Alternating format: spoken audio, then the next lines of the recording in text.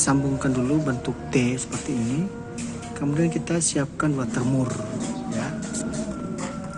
Watermurnya ini lem dia lekat. Pipa PE disambungkan dengan ini watermur, ujung watermur. Nah, kemudian kita sambungkan seperti ini. Nah, kemudian kita lem dan kita dekatkan. Nah, jadi sambungan antara pipa PVC